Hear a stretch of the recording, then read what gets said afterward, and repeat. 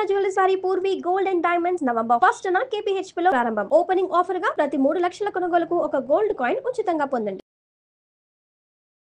నమస్తే రమగారు. నమస్తే జయ. ద్వాదశ జ్యోతిర్లింగాల గురించి మాట్లాడుకుంటున్నాము. 5 ఆలయాల గురించి చెప్పుకున్నాం. 6వ ఆలయం ఏంటండి? డాకిన్యాం భీమశంకరం. డాకిని అనే ప్రాంతంలో ఉన్నాడు భీమశంకరుడు. ఊరు పేరు డాకిని ఆ అండి. ఊరు కాదు, ఆ స్థలం. ఆహా. ఊరు ఎక్కడుందంట? ఇది మహారాష్ట్ర, అవునా రమగారు? పూణేకి దగ్గర. ఓకే. పూణే దాకా బస్సులో వెళ్ళినా, పూణే నుంచి దాని ట్రాన్స్పోర్టేషన్ వేరే దొరుకుతుంది. పూణేకి మీరు ఎలా వెళ్ళినా సరే పూణే నుంచి ఈ భీమశంకరానికి వెళ్ళిపోవచ్చు. ఈ భీమశంకరుడు ఇంకో ప్రత్యేకమైన దైవం. ఈ సహ్యాద్రి పర్వత శ్రేణుల్లో ఉంది ఇది. ఈ సహ్యాద్రి పర్వతాల్లో ఒక శిఖరం పేరు డాకిని. ఆ డాకిని శిఖరం మీద ఉన్నాడు ఈయన. చాలా విశేషమైన కథ ఉంటుంది. ఆ ప్రాంతాల్లోట భీముడు అనే ఒక రాక్షసుడు ఉండేవాడట. ఈ రాక్షసుడు ఒకసారి తల్లిని అడిగేట ఏదో సందర్భంలో, అమ్మ నువ్వు నేను ఇద్దరమే ఉన్నాం, కర్కటి ఆ తల్లి పేరు కర్కటి అనే రాక్షసి, ఆమె యొక్క కుమారుడు భీముడు, నా తండ్రి ఎవరు ఏమిటి అని అడిగితే అప్పుడు ఆవిడ ఏం చెప్పిందంటే, నా తండ్రి కర్కటుడు అనే రాక్షసుడు, మరి నేనేమో విరాధుడు అనే రాక్షసుడిని వివాహం చేశారు నాకు. ఆయన ఎక్కడుండేవాడు? రామాయణ కాలం నాటి రాక్షసుడు. ఆ విరాధుణ్ణి అడవిలోకి వచ్చారు, వనవాసానికి వచ్చిన రామలక్ష్మణులు సంహరించారు. నాకు సంతానం లేదు, నేను నా తల్లిదండ్రుల దగ్గరికి చేరిపోయాను. నా తల్లిదండ్రి ఒక అడవి తీరంలో, ఒక నదీ తీరంలో అగస్త్య మహాముని తాలూకు శిష్యుణ్ణి ఒకడిని తినబోయారు ఆహారం కోసం. ఆయన శపించి మా అమ్మని నాన్నని ఇద్దరిని సంహరించాడు. ఆయన చేసినటువంటి ఆయన చల్లిన నీళ్లతో కాలిపోయారు మా అమ్మ నాన్న. నాకు భర్త లేడు, అమ్మ నాన్న లేరు, సోదరులు లేరు, నేను ఒంటరిగా ఉండేదాన్ని. ఈ ఒంటరిగా ఉన్న నన్ను కుంభకర్ణుడు తీసుకెళ్ళాడు. ఆయన నన్ను బలవంతంగా ఈ అడవిలో నుంచి లంకా నగరానికి తీసుకుపోయాడు.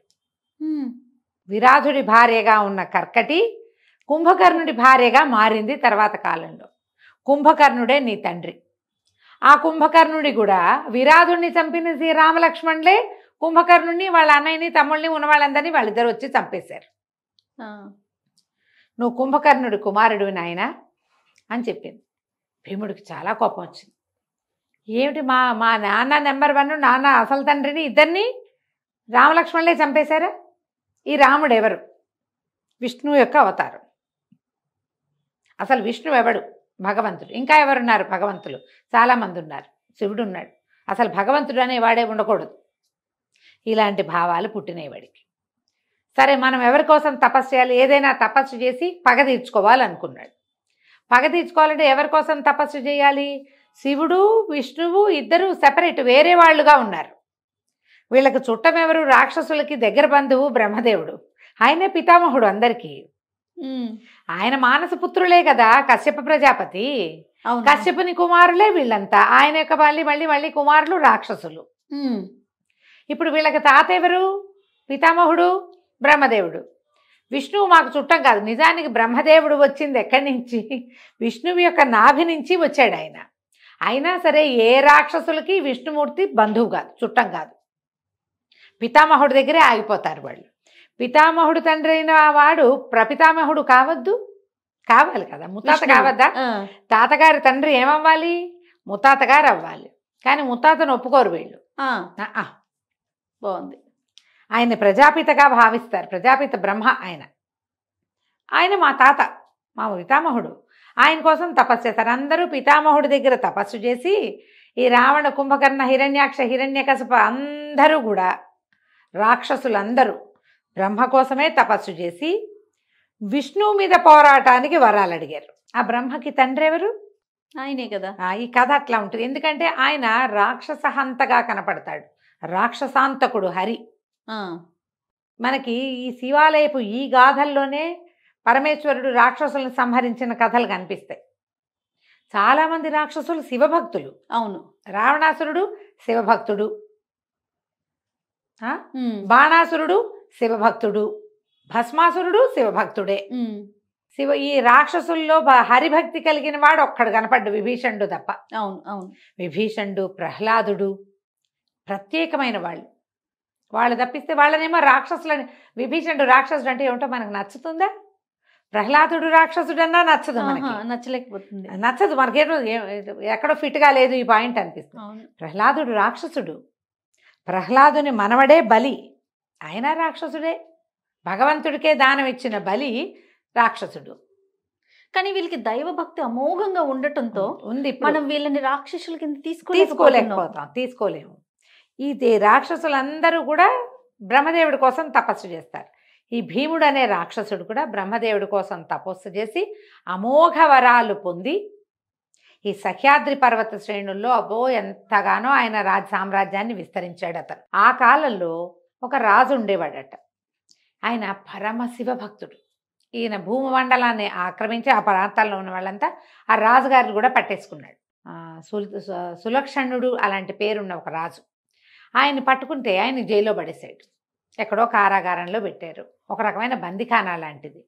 అయితే ఆయన శివభక్తుడు కదా, ఆయన శివనామ సంకీర్తన చేసుకునేవాడు. చేతికి దొరికిన మట్టితోటి ఇట శివలింగం చేసి పార్థివలింగానికి పూజ చేసేవాడు. అయితే ఆయన శివనామస్మరణ చేసుకుంటూ ఉండేవాడు. ఈ భీముడు ఆ కారాగృహాలన్నిటి అంటే తను పట్టుకున్న ఖైదీలందరినీ, బందీలందరినీ చూస్తూ శివనామస్మరణ చేస్తున్న ఈ రాజుని చూశాడు. ఏమిటా నువ్వు అరుస్తున్నావు, పూజ చేస్తావు, మానేయమన్నాడు. నా పేరు చెప్పుకోమన్నాడు. నీ పేరు నేను చెప్పను, శివభక్తి మానన్నాడు ఆయన. ఇతను ఆయన మీద యుద్ధానికి అంటే పోరాటానికి దిగాడు. దిగితే పరమేశ్వర పాహి పాహి అని రాజు పిలిచాడు. భీమాసురుడు భీముడేమన్నాడు, ఏమిటి ఇంత చిన్న శివలింగమా, నన్ను ఏమైనా చేసి నిన్ను రక్షించేది, ఈ శివలింగం చెప్తాను, సంగతి చెప్తానని ఏం చేశాడు, కత్తి తీసి ఒక్క వేటు వేశాడు. శివలింగం మీద గుర్తుంటుంది ఇప్పటికి కూడా. భీమాశంకరం శివలింగం మీద ఆ ఘాటు కనపడుతుంది ఉంటుందట. అయితే ఈ శివలింగం మీద దెబ్బ పడేసరికి లింగం ఇదైపోయి అందులోంచి రౌద్ర రూపంతో పరమేశ్వరుడు బయటకు వచ్చాడు. వచ్చి ఈ భీముడిని సంహరించాడు. తన భక్తుడి మీదకి వస్తున్న వాడిని సంహరించి ఆ రాజుని కాపాడాడు. అయితే ఎప్పుడైతే సంహరించబడ్డాడో భీముడు, వాడి తల్లి అయినటువంటి ఆవిడ బయటకు వచ్చింది. పాతాళంలో ఉండేది కర్కటి. వచ్చి పరమేశ్వరుని పరిపరి విధాలుగా ప్రార్థించి ఎంతో తపస్సు చేసి వరాలు పొందాడు. చివరికి నీ చేతిలో మరణించాడు. నా కొడుకు పేరు చిరస్థాయిగా ఉండేలాగా చేయమని అక్కడ వెలిసినటువంటి పరమేశ్వరుడు భీమశంకరుడు అయ్యాడు. ఆ భీముడు రాక్షసుడు. అయితే ఆయన ఈ వీరితోటిట ఒక్క దెబ్బలో చంపలేదని, అసుర సంహారం చేశాడని, అంటే ఇంకా ఆయనకు బోళంతమంది సైన్యం ఉంది, ఈ భీమాసురుడికి బోళంతమంది ఉన్నారు. వాళ్ళతో యుద్ధం చేస్తే పరమేశ్వరుడి ఒంటి మీద నుంచి చెమట బిందువులు పడ్డాయట. అదేమిటో ఆ చెమట బిందువులు నదిగా మారినాయి. భీమా అనే నది, అక్కడ భీమా అనే నది ఉంది. ఆ దేవాలయం పక్క నుంచే ప్రవహిస్తుంది. ఎన్ని గాథలు కదా రమ్మగారు. అక్కడున్న నది ఎట్లా పుట్టిందంటే ఇట్లా పరమేశ్వరుడి ఒంటి మీద చెమటతో. అద్భుతం. అయితే ఇక్కడ డాకిని శాకిని గణాలు ఉంటాయి ఈ ప్రాంతంలో అని చెప్తారు. రాక్షస గణాలు కదా, రాక్షసులు అనడానికి వీల్లేదు. ఈ శాకిని డాకిని ఇవి రెండు కూడా ఏంటంటే భైరవ గణాలు. వాటిని రాక్షసులుగా తీసుకోకూడదు. పరమేశ్వరుడి వెనకాలండే చాలా గణాలు. ఆయన ఎక్కడుంటాడు, శ్మశానంలో ఎలాంటివి ఉంటాయి గణాలు, పిశాచ గణాలు ఉంటాయి. ఈయంతో పాటే ఉండే ప్రమథ గణాలతో పాటు శాకిని డాకిని భూతగణాలు అవన్నీ ఆయన వెనకాల ఉంటాయి. ఈ పర్టికులర్ భీమాశంకరంలో ఆ ప్రాంతంలో ఈ డాకిని కదా, ఆ శిఖరం పేరే డాకిని, అందుకని డాకిన్యాం భీమశంకరం అని చెప్పారు. డాకిని మందిరం కూడా ఒకటి ఉంటుంది అమ్మవారితో పాటుగా. అమ్మవారి పార్వతీదేవి ఉంటుంది, డాకిని మందిరం కూడా ఉంటుంది. ఈ భీమశంకరాన్ని దర్శించిన వాళ్ళకి పిశాచ బాధలు ఉండవు, గ్రహ బాధలు ఉంటాయి కొంతమందికి. అంటే ఎక్కడికైనా వెళ్ళంగానే ఏదో ఆవేశించేస్తుంది వాళ్ళకి. కొంతమందికి కనపడతాయి కూడా, గాల్లో ఉండేవి మనకు తెలిసినవే.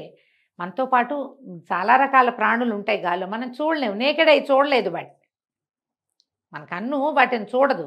కానీ ఒక్కొక్కసారి ఫీల్ అవుతాం. అందరూ కాదు, కొంతమంది అవుతారు. మనం సిక్స్త్ సెన్స్ అని చెప్పుకోమా, అలాంటిదే ఇట్లా మనం కానీ కొన్ని జీవాలు మన చుట్టూతా గాల్లో ఉన్నాయి అని ఫీల్ అవ్వగలిగే సెన్స్ ఒకటి ఉంటుంది, ఫీల్ అయ్యే సెన్స్ ఒకటి అయిందా. అవి వీళ్ళ మీదకి వచ్చేసేవి ఉంటాయి, బలహీనమైన క్షణాల్లో వెక్కేస్తాయి.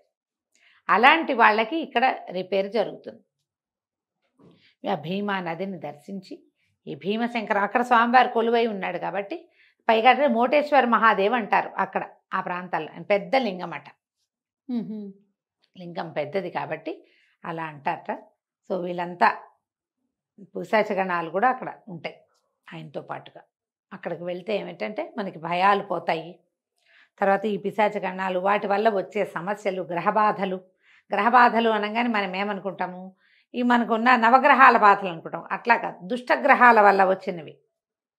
ఎవరైనా క్రియలు చేస్తారు కొంతమంది, అలాంటివి కూడా కనపడతాయి. ఆ నమ్మకం ఉంటుంది, ఎవరో మనకేదో చేశారు, వాళ్ళు కూడా ఈ భీమాశంకరాన్ని కనుక దర్శనం చేస్తే ఆ సమస్య నుంచి బయటపడతారు. విశేషంగా ఉంది కదా. పూనా వెళ్తే మహారాష్ట్రలో చూడు, ముందు ఒకటి చెప్పుకున్నాం, అదేమిటి పర్లి. ఇప్పుడు ఇది భీమశంకరం కూడా ఇక్కడే ఉంది. ఇదే కాదు, ఘృష్మేశ్వర్ అది కూడా ఇక్కడే ఉంది. మహారాష్ట్రలోనే ఉంది. దాని గురించి కూడా చెప్పుకుందాం మళ్ళీ. తప్పకుండా. నమస్తే. నమస్తే జయ.